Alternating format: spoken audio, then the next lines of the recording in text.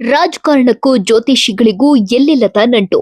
ಯಾವಾಗ ನಮ್ಗೆ ಅಧಿಕಾರ ಸಿಗುತ್ತೆ, ಯಾವ ಸಮಯದಲ್ಲಿ ನಾವು ನಾಮಪತ್ರ ಸಲ್ಲಿಸಬೇಕು, ಎಷ್ಟು ಗಂಟೆಗೆ ಸರಿಯಾಗಿ ಮತ ಹಾಕಬೇಕು ಇತ್ಯಾದಿ ಇತ್ಯಾದಿ ಹಲವಾರು ವಿಷಯಗಳಲ್ಲಿ ಅನೇಕ ಮಂದಿ ರಾಜಕಾರಣಿಗಳು ಜ್ಯೋತಿಷಿಗಳ ಸಲಹೆ ಪಡೆದೇ ಮುಂದುವರಿತಾರೆ. ರಾಜಕಾರಣಕ್ಕೆ ಎಷ್ಟು ಸುದೀರ್ಘ ಇತಿಹಾಸವಿದೆಯೋ ಅಷ್ಟೇ ಸುದೀರ್ಘ ಇತಿಹಾಸ ರಾಜಕೀಯ ಜ್ಯೋತಿಷ್ಯ ಹೇಳೋರಿಗೂ ಇದೆ. ಅದರಲ್ಲೂ ದಿವಂಗತ ದೇವರಾಜ ಅರಸು ಅವರು ರಾಜ್ಯದ ಮುಖ್ಯಮಂತ್ರಿಯಾಗಿದ್ದ ಸಮಯದಲ್ಲಿ ರಾಜಕಾರಣದ ಭವಿಷ್ಯ ನುಡಿಯುವ ಜ್ಯೋತಿಷಿಗಳಿಗೆ ಎಲ್ಲಿಲ್ಲದ ಡಿಮ್ಯಾಂಡ್ ಬಂದಿತ್ತು. ಆಗ ಆರಂಭವಾದ ರಾಜಕಾರಣಿಗಳು ಮತ್ತು ಜ್ಯೋತಿಷಿಗಳ ನಂಟು ಈಗಲೂ ಮುಂದುವರೆದಿದೆ. ಕೆಲವು ರಾಜಕಾರಣಿಗಳಂತೂ ಜ್ಯೋತಿಷಿಗಳು ಹೇಳಿದ ಸಮಯಕ್ಕೆ ಮಾತ್ರವೇ ಮನೆಯಿಂದ ಹೊರಬರ್ತಾರೆ.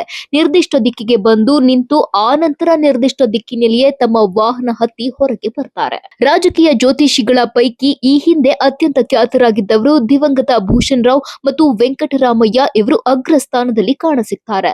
ದಿವಂಗತ ಭೂಷಣ್ ರಾವ್ ಅವರು ಕರಾರುವಕ್ಕಾಗಿ ಭವಿಷ್ಯ ಹೇಳ್ತಿದ್ರು ಎಂದು ಅನೇಕ ರಾಜಕಾರಣಿಗಳು ಅವರನ್ನ ನಂಬಿದ್ರು.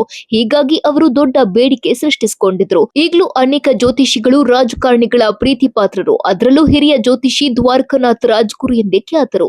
ಕರ್ನಾಟಕದ ರಾಜಕಾರಣಿಗಳು ಮಾತ್ರವಲ್ಲ, ದೇಶದ ಅನೇಕ ರಾಜ್ಯಗಳ ರಾಜಕಾರಣಿಗಳು ಇವರಲ್ಲಿ ತಮ್ಮ ಭವಿಷ್ಯ ಕೇಳ್ತಾರೆ. ಪ್ರಧಾನಿಗಳು, ಮುಖ್ಯಮಂತ್ರಿಗಳು ಸೇರಿ ಅನೇಕ ಪ್ರಭಾವಿ ರಾಜಕಾರಣಿಗಳು ದ್ವಾರಕನಾಥ್ ಅವರಲ್ಲಿ ತಮ್ಮ ಭವಿಷ್ಯ ಕೇಳಿದ್ರಂತೆ.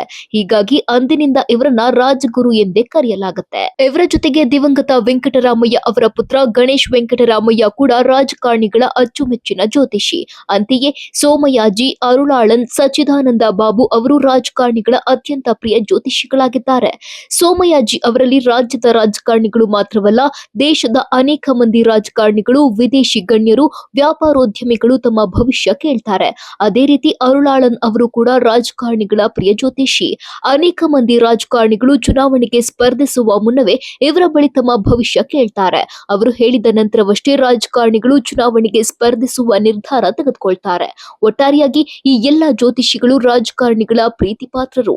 ಮುಹೂರ್ತ ನಿಗದಿಯಲ್ಲಿ ಈ ಜ್ಯೋತಿಷಿಗಳು ಅಗ್ರ ಗಣ್ಯರು ಎಂದು ಹೇಳಲಾಗುತ್ತದೆ.